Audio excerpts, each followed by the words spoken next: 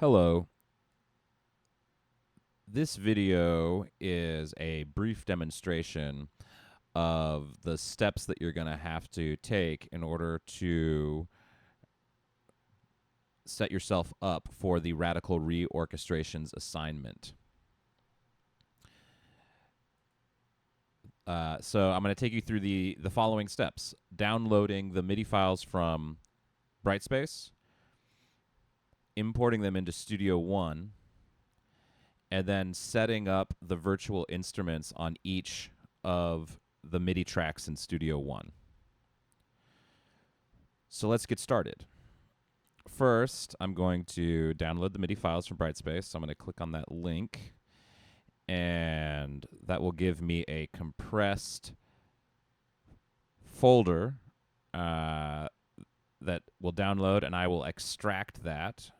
So this is extracting, writing this new folder onto my downloads, into my downloads folder. I'm just taking note of where on my hard drive these files are going to be written. I'm going to extract those.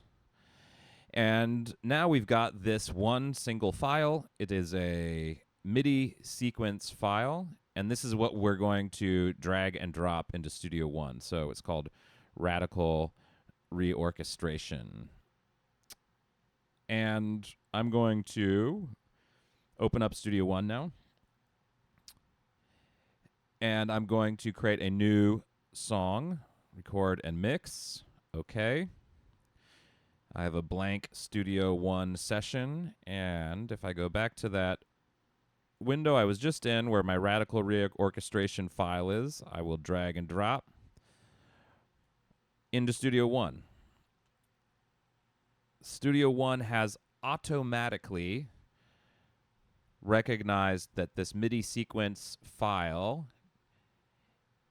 includes something like 10 different instrument tracks.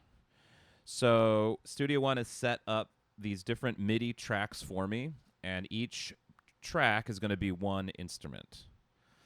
Okay, so we have the MIDI in Studio One, but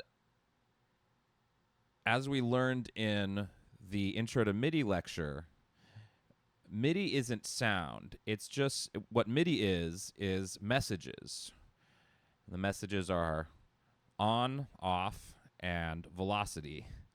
So we need to send these on-off messages to an actual instrument.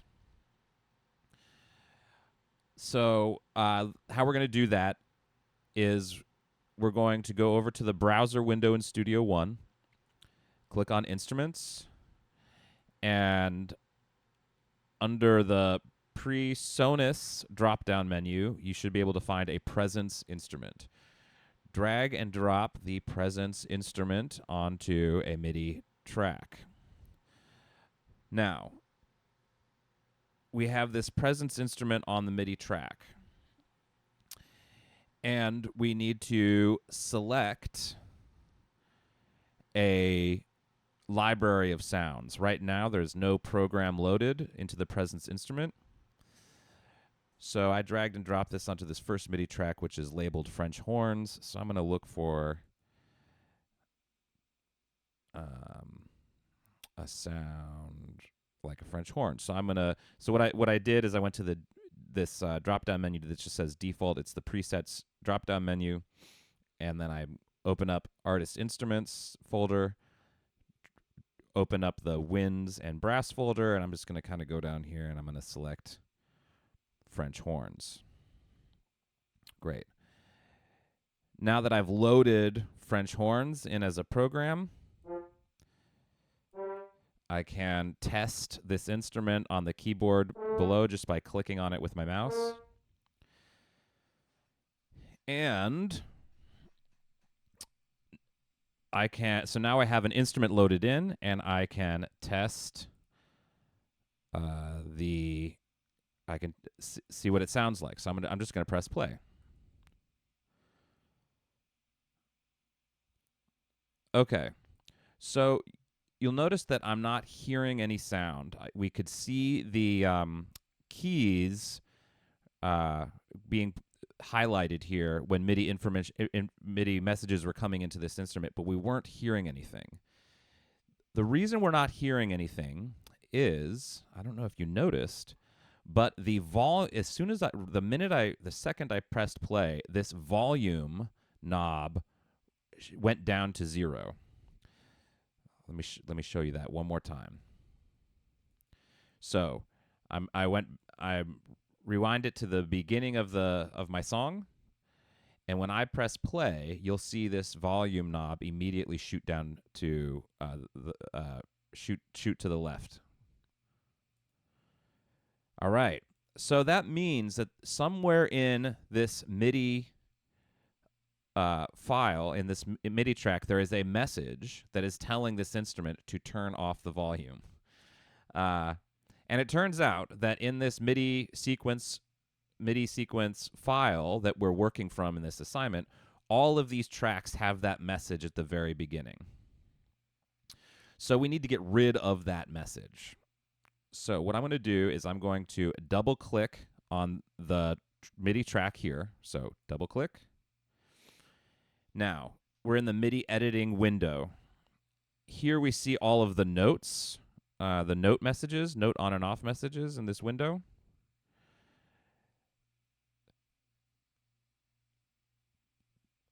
We also see all of these other parameters of the instrument that are being controlled by MIDI messages. So velocity, sound variations, etc., etc. There are 2 ways that I can correct the MIDI information so that it doesn't keep turning my volume down at the very beginning. 1, I can click on these 3 dots here, and this gives me a window that shows me all of the different knobs and buttons that are being automated in my presence instrument by the MIDI file. So I can go down to master gain. This is the master volume of this instrument. And if I just highlight that and remove it, do you want to remove this parameter from all parts? Yes. Now, no longer will this parameter be sent to my presence instrument. So I can close this. I can rewind this, and still no sound. I'm going to double check here. All right, so what happened was I removed that automation from the MIDI, but I just need to make sure that I turn the volume back up. So let me try that one more time.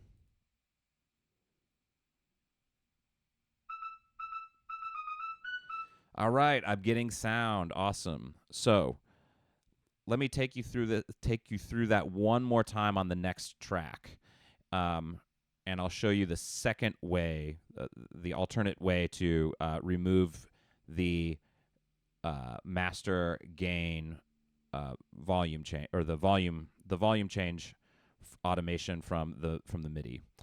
So let's try this. So I'm gonna take you through this process one more time, and you're gonna have to do this for all of the tracks. So one more time, just for review, we're gonna go to this next MIDI track. I'm gonna drag a presence instrument onto it. It's called grand piano. So I'm going to load in a instrument in this presence instrument. I'm gonna load in a keyboard instrument, jazz organ.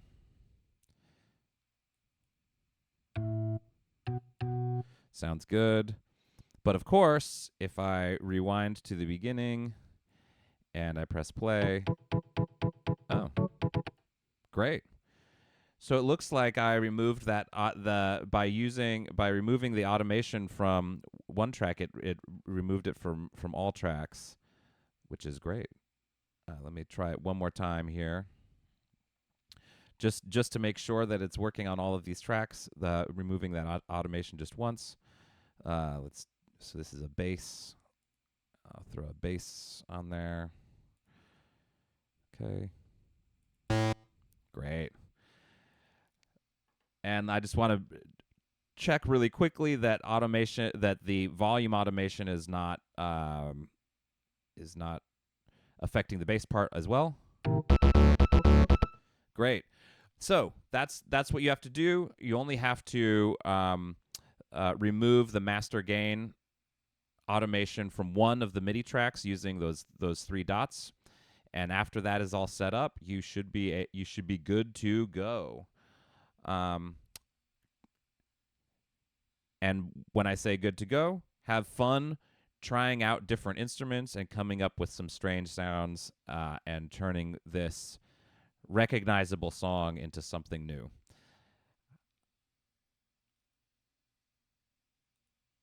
All right, that's it. Goodbye. Have a great day.